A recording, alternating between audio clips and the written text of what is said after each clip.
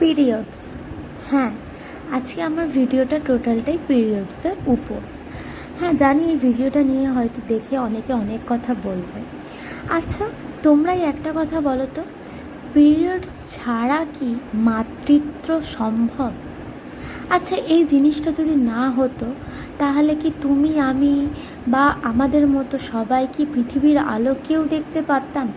বা তোমার আমার মতো যারা মেয়ে আছি তাদের যদি না এই পিরিয়ডসটা হতো, আমরা কি কোনো দিনও মা ডাকটা শুনতে পারতাম? হ্যাঁ জানি, এবার মেয়েরা গেলে এবার হয়েছে ছেলেরা হয়তো অনেক কথা বলবে বা অনেক বাজে বাজে কমেন্টও করবে, হয়তো বাজে আমি হ্যানা ত্যানা এইসব। আচ্ছা দাদা বা ভাই, তোমরাই বলো তো, তোমরা পৃথিবীর আলো কিভাবে দেখলে? মা এবং মায়ের পিরিয়ডস এটা যদি না হতো তাহলে কিন্তু তোমরা পৃথিবীতে আসতে পারতে না। আর আমাকে তো বাজে বাজে কথা বলা দূরেরই কথা, আমি কেন, এখন আমি দেখছি অনেকেই এটা নিয়ে ভিডিও করেছে, তো আমি তাদেরকে 100% সাপোর্ট করি। না করার কি আছে? আমরা যেরকম দৈনন্দিন জীবনে খাচ্ছি দাচ্ছি ঘুরছি বেড়াচ্ছি, এটাও তো আমাদের জীবনেরই একটা পার্ট, মেন পার্ট বলা যেতে পারে। সো এটা নিয়ে লজ্জার বা লুকোনোর কোনো কিছুই নেই আমার মতে বলে। তো চলো, welcome back to my channel Puja blogs. তোমরা সবাই কেমন আছো? আশা করছি খুব ভালো আছো, আর আমিও খুব ভালো আছি। আর এই যে দেখতেই পাচ্ছ, পিরিয়ডসটা হলে কি বলো তো, একটু তো কষ্ট হবেই, তাই না? একটু তো পেন থাকবেই। কারোর হয়তো একদমই পেন থাকে না, কারোর হয়তো অত্যাধিক পরিমাণে পেন হয়, কারোর হয়তো অল্প থাকে।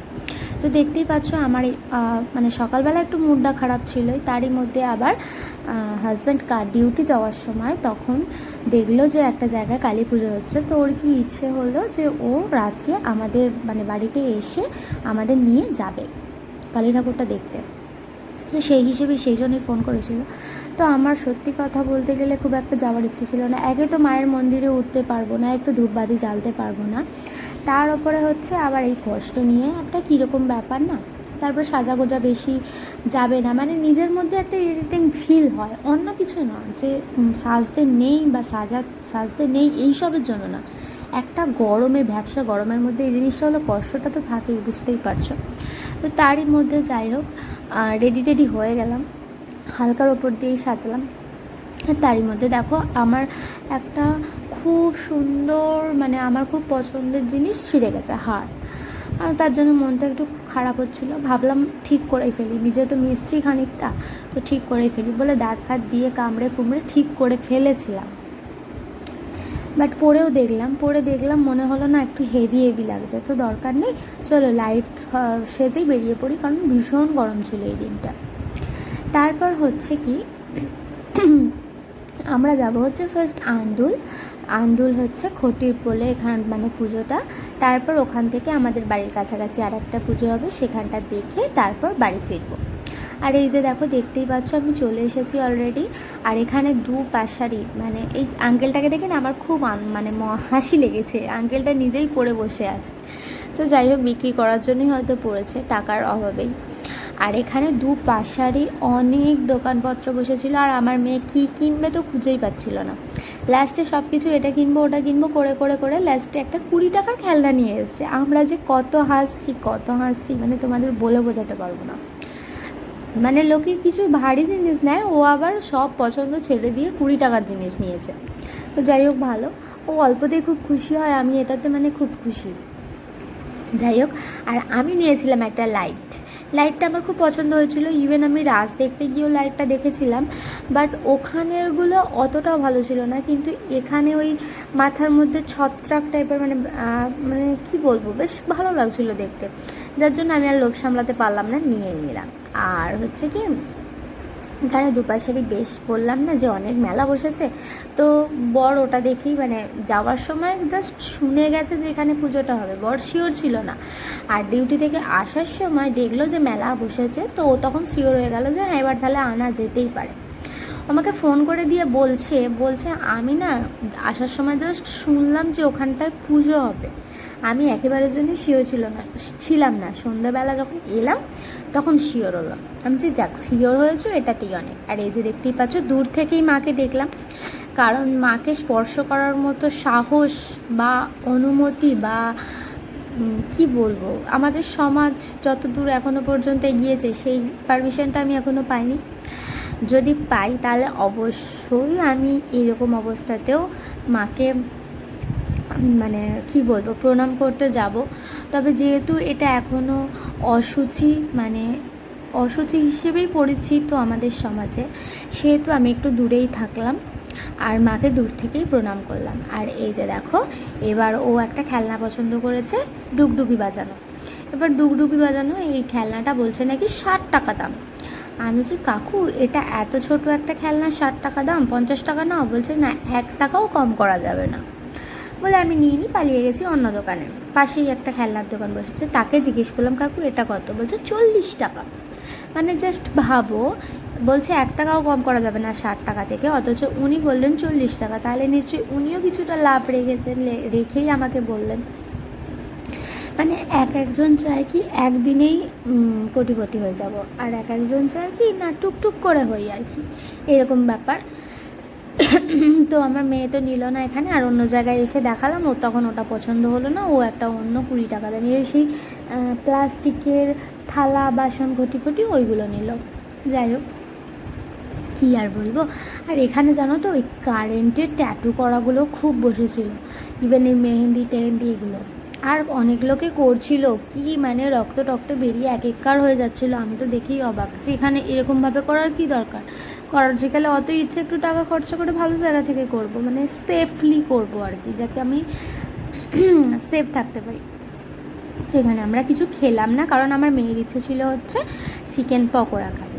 আমি বললাম এখান থেকে ফুচকা না, আমি বলিনি সরি, মানে ওর পাপা বললো কি এখান থেকে ফুচকা খাবে মা? না, বলছে না ফুচকাও খাবো না, আমি চিকেন পকোড়াই খাবো। আর এই যে এই লাইটগুলো আমি কিনেছি, আর সেটা তোমাদের ঘরে গিয়ে দেখাচ্ছি কি কিনলাম। এবার হচ্ছে কি আমি বললাম না এখানে ফুচকা খাবো না, আমি যেখান থেকে খাই সেখান থেকেই খাবো। আমি যেখান থেকে খাই জানো তো, কাকুটা এত সুন্দর ফুচকাটা বানায়, তোমাদের যদি খাওয়াতে পারতাম তোমরা দূর দূর থেকে চলে আসতে পারতে, এরকম একটা অবস্থা। মানে উনি পুদিনার জলটাই করেন, পুদিনার মধ্যে কোনো তেঁতুল মেশান না, একদম র পুদিনার জলই করেন। আর টেস্টটা, ফুচকার টেস্টটা, জলের টেস্টটা মানে জাস্ট অসম। যাই হোক, তো একটা হোটেলে চলে এসেছি, ছোটোখাটো, খুব একটা বড় না। মানে এই জায়গাটা ভালো লাগে কারণ হচ্ছে নদীর পাশেই, একেবারে পাশ দিয়ে খাল বয়ে গেছে, নদী না খাল বয়ে গেছে, তার পাশেই হচ্ছে কি এই রেস্টুরেন্টটা। 3-4টে টেবিল পাতা আছে, বেশি টেবিলও নেই। আমি আর আমার মেয়ে বসে পড়েছি। আমার মেয়ে তো খুব খুশি চিকেন পকোড়া শুনে, কারণ ও অনেক দিন ধরে বলছিল চিকেন পকোড়া খাবে। এবার যেহেতু তেলে ভাজা খাওয়াটা বারণ, তো আমি একটু অ্যাভয়েড করছিলাম। বাট এই দিন ওকে আর আটকানো গেল না, ও চিকেন পকোড়া খেয়ে তবেই বাড়ি যাবে, এরকম একটা ওর মানে টেন্ডেন্সি। তো যাই হোক, আমি বললাম তাহলে খাবি তো চ। এবার আমাকে যে খেতে নেই, মানে আমি যে ওষুধ খেয়েছি একটা পেঁয়াজ রসুন কিছু খেতে নেই, আমার সেটা মনেই নেই। চিকেন পকোড়া দেখে জিভে জল এসে গেছে, খেয়েও নিয়েছি। আর আমার বরকে বললাম 2টো নাও, ও 2টোতে পোষালো না, 4টে নিয়ে নিল, নাও আমিও খেয়ে নিয়েছি দেখে, আর কি করবো বলো। আর সাইজগুলো চিকেন পকোড়া বেশ বড় বড় ছিল জানো তো। আমি লিটারালি এরকম কোনো দিনও মানে হোটেলে বসে চিকেন পকোড়া এরকম খুব একটা খাইনি। বেশিরভাগ বাড়িতেই বানানো হয়, বাড়িতেই খাই, কারণ এই হোটেলের মধ্যে বাঁধাকপি টাধাকপি দিয়ে এরকম বড় একটা গাবদা করে দেয়। বাট এই রেস্টুরেন্টটায় বিশ্বাস করো সলিড চিকেন অনেকটা ছিল। যাই হোক, ওখান থেকে বেরিয়ে চলে এসেছি আমাদের বাড়ির কাছাকাছি একটা পুজো হচ্ছে বললাম, ওই পুজোটাতে। এখানে খানিকটা থাকবো, ঠাকুর দেখবো, মানে থাকি সিনে ঠাকুরটা প্রণাম করব, মেয়েটা যতক্ষণ থাকবে ততক্ষণ থাকবো, তারপর বাড়ি চলে যাব। তো এই যে দেখে নাও, এখানে ঠাকুরকে এখনও সাজাচ্ছে, মানে সবে মাত্র ঠাকুরটা মানে মাকে বেদিতে এনে বসিয়েছে, আমরা সেই টাইমেই এলাম। তো মাকে এখনও মালা টালা পরানো হচ্ছে, আমি দূর থেকে দেখে নিলাম, প্রণাম করে নিলাম। আর তারপরে চলে গেলাম হচ্ছে আমার মেয়ে ডান্স করতে চলে গেছে অলরেডি, বক্স বাজছে শুনে ওকে ডান্স করতেই হবে, কারণ ওর ডান্স না করলে তোর পাগুলো কী বলবো সুসু করবে। তো এখানে নেচেই চলেছে। বলছি আয় রে মা, বাড়ি যেতে হবে, 10টা বাজে, কাল স্কুল আছে, কে কার কথা শোনে না। কাল স্কুল ছিল না, কালকে ছিল হচ্ছে শনিবার, পুজোটা ছিল। আর হচ্ছে কি যাই হোক, তবু ওকে একটু বলছিলাম যে চলে আসো, কিছুতেই আসতে চাইছিল না। আর পাশাপাশি লোকগুলো ওকে দেখে কী হাসা আসছিলো। যে কীরকম একাই নেচে যাচ্ছে। আমাকে বলছে মা এসো নাচবো। এবার এত লোকের মাঝে কেউ নাচেনি, আমি যদি নাচি মানে কীরকম টাইপের একটা হবে ভাবো তোমরা। তো যাই হোক আমি বললাম চলো বাড়ি গিয়ে নাচবো। তো যথারীতি বললো ঠিক আছে যে চলো বাড়ি গিয়েই নাচবো বলে ও যথারীতি ওকে মানিয়ে বাড়ি নিয়ে চলে এলাম। বাড়িতে আসতে আসতে মানে গাড়িতে আস্তে আস্তেই বলছে মা বাড়ি গিয়ে কিন্তু নাচতে হবে। আমি বললাম ঠিক আছে। তো গাড়িতে উঠেই বলছে মা কিছু খাওয়াবে না, আমি চিকেন পকোড়া খেলে তো বলছে একটু ফুচকা খাইয়ে দাও আর কিছু বলবো না।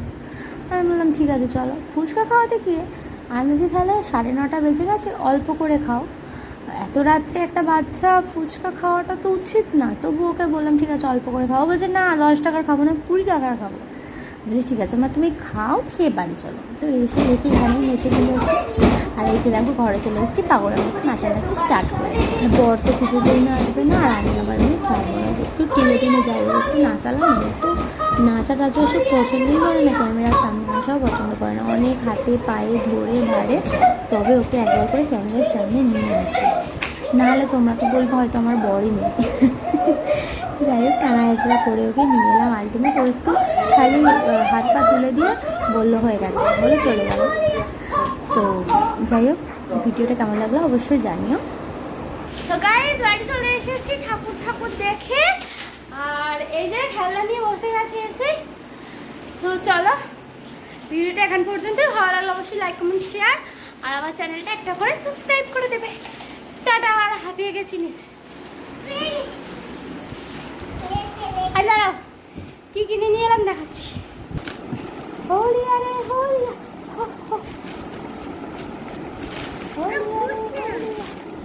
আর এই সেই লাইট যেটা বলছিলাম যে আমি কিনে এনেছি আন্দোল থেকে। তো কেমন হয়েছে অবশ্যই জানিও, আর তোমরা না দেখতে পেলে একটা করে কিনবে, খুব দারুণ লাগে জানো তো ঘরটাতে। এটা অনেক রকমের কালার হয়, আমি ব্লুটাই নিয়েছি। তো সত্যি কথা তোমরা একটা করে কিনবে, দেখবে খুব ভালো লাগছে দেখতে, রোম্যান্টিক লাগে জানো তো। চলো টাটা, দেখা হচ্ছে নেক্সট ব্লগে। আর ব্লগটা কেমন লাগলো অবশ্যই জানিও। So love you guys, by.